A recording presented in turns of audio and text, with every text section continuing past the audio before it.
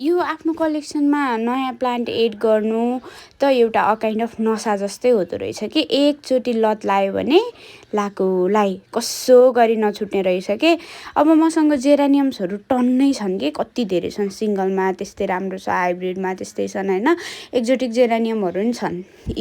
अब यो च्यालेन्ज हो यो चाहिँ मेरो लागि किनभने यो मसँग पहिल्यै पनि थियो कि यसको नाम चाहिँ इमादोल हो यो मैले पहिला पनि लिएर सारेको हो यो अलिकति सेन्सिटिभ हुँदो रहेछ कि जेरानियम चाहिँ हार्डी प्लान्टै हो तर यो अलिकति सेन्सिटिभ हुँदो रहेछ हेर्नु न पिक्चरमा राख्दैछु यस्तो राम्रो फुल छ अनि किन एड गर्न मन नलागेको छैन अनि पहिला लिएको मऱ्यो त्यति बेला मलाई खासै थाहा थिएन कि पटिङ मिक्समा के हाल्ने पानी कति हाल्ने भनेर अहिले चाहिँ अरू अरू जेरानियम्सहरू सार्दा सार्दा एक्सपिरियन्स गेन गरेँ अनि एक्सपिरियन्स गेन गरिसकेपछि यसलाई लिएर फेरि सारेँ कि फेरि राखेँ मैले हिम्मत गरेँ यसलाई फेरि सार्नु किनभने मलाई यो फुलाउनै छ क्या मलाई एकचोटि हेर्नै मन छ कि यो कस्तो फुल्छ भनेर